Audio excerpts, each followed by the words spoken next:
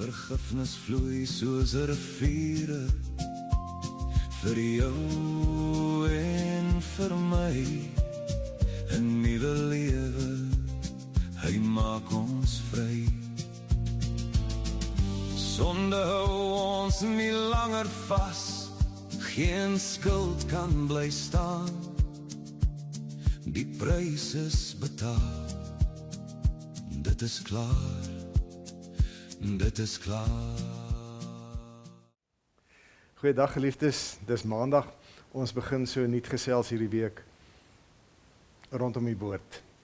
En hierdie week wil ek saam met jou bietjie vra, maar wat moet ons dan nou doen met sonde? As ons dan nou so bewus daarvan is dat ons sonde het, wat moet ek en jy daarmee doen? Ons weet wat Christus daarmee doen.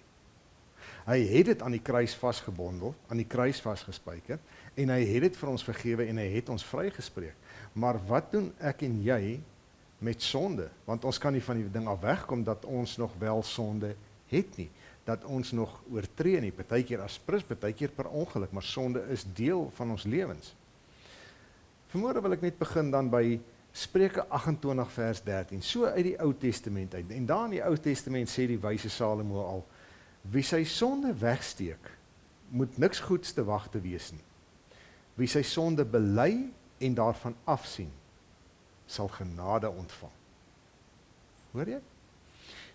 Wie sy sonde bely en dan daarvan afsien, sal genade ontvang. En nou is dit 'n Ou Testament stelling uit die wysheidsboeke uit die ou boeke van die tyd uit. Is dit nog steeds waar? Want dit is ook iets wat ons in die Nuwe Testament lees, dat ons sonde moet bely. Nou wat beteken bely?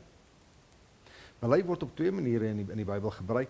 Aan die een kant sê dit ons bely die naam van die Here, en aan die ander kant sê dit ons bely ons sondes. Wat bedoel ons as ons sê ons bely ons sondes? Die Griekse woord daarvoor is homologeo. En dit beteken letterlik om dieselfde ding te sê. So wat van ons gevra word rondom ons sonde, is om dieselfde ding te sê as wat God sê. En wat sê God van ons sonde? Hy haat dit. Hy sê ons kan dit nie wegpraat nie, en ons kan dit nie vir hom wegsteek nie. En so moet ons saam met ons God praat oor ons sonde. En dit is wat ons doen as ons sonde bely. Ons praat saam met God en ons sê, ons hou nie daarvan in ons lewe nie. Daar is nie plek daarvoor in ons lewe nie, maar ons stel dit aan die kaak. Sonder om dit weg te stel, sonder om dit te verbloem, sonder om allerlei mooi storieetjies te hê, om dit aanvaarbaar te maak, want dit is nogal die moderne manier. As jy iets kan verduidelik, as jy iets kan verwoord, dan is dit aanvaarbaar. Nee. Ons moet ons sonde bely. En weet jy, hierdie bely van jou sonde, kan nie gebeur as jy nie jammer is daaroor nie. En daar's 'n ander lollery met jammer sê nie. Baie mense sê hulle is jammer as hulle uitgevang word met iets, maar is hulle regtig jammer omdat hulle die daad begaan het, of is hulle jammer dat hulle uitgevang is? Jy sien, as dit gegaan het oor 'n innige jammer dat hy dit gedoen het, dat die daad gepleeg is, al is hy nie uitgevang nie, sou hy dan die jammer in die persoon gehoor het en gesien het. En so is dit met ons sonde. Wanneer ons sonde bely, gaan dit met 'n opregte seer in ons binneste saam. Wat by ons monde uitkom dan 'n jammer. Ek het hierdie gepleeg, ek het hierdie gedoen, en ek praat saam met my God. Dit is nie reg nie, dit is nie aanvaarbaar in die oë van my God nie. Die ou mense het altyd gepraat van met bewoondheid, en ek hou daarvan. Want dit is met hartseer. En sondebelydenis gaan altyd saam met hartseer. So wanneer ons sonde erken, bely, is dit met hartseer. En dis wat ons met ons sonde moet doen. Ons moenie probeer verbloem nie, ons moenie probeer goed praat nie. Al is ons as moderne mense hoe slim en hoe goed ons ook al kan redeneer. Dis nie wat ons met die sonde moet doen nie. Ons moet die sonde in bewoonheid bely.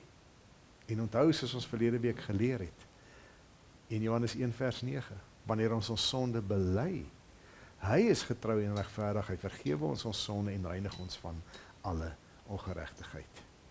Maar hoor mooi, net wanneer ons dit bely. Dis nie lekker om te erken dat jy verkeerd is nie.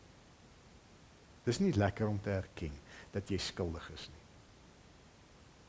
Maar op die belydenis volg altyd die genade. So mag ons maar, ek moedig jou aan, om met bewoonheid te erken, te bely, en werk so op die beste manier met jou sonde. Shalom. Sonde hou ons nie langer vas, geen skuld kan bly staan. Die prys is betaal, dit is klaar, dit is klaar.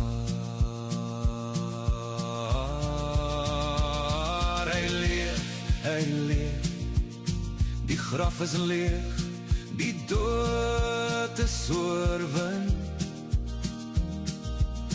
Vergifnis vloei soos riviere, vir jou en vir my, 'n nuwe lewe, hy maak ons vry. Mag die Here jou vul met vrede, mag sy liefde jou hart omvou, mag hy hoop in jou lewe bring, en nuwe krag vir elke dag. Mag die Here jou lig laat sien, in donker hou hy jou vas. Mag jou huis gevul wees met vreugde, sy genade.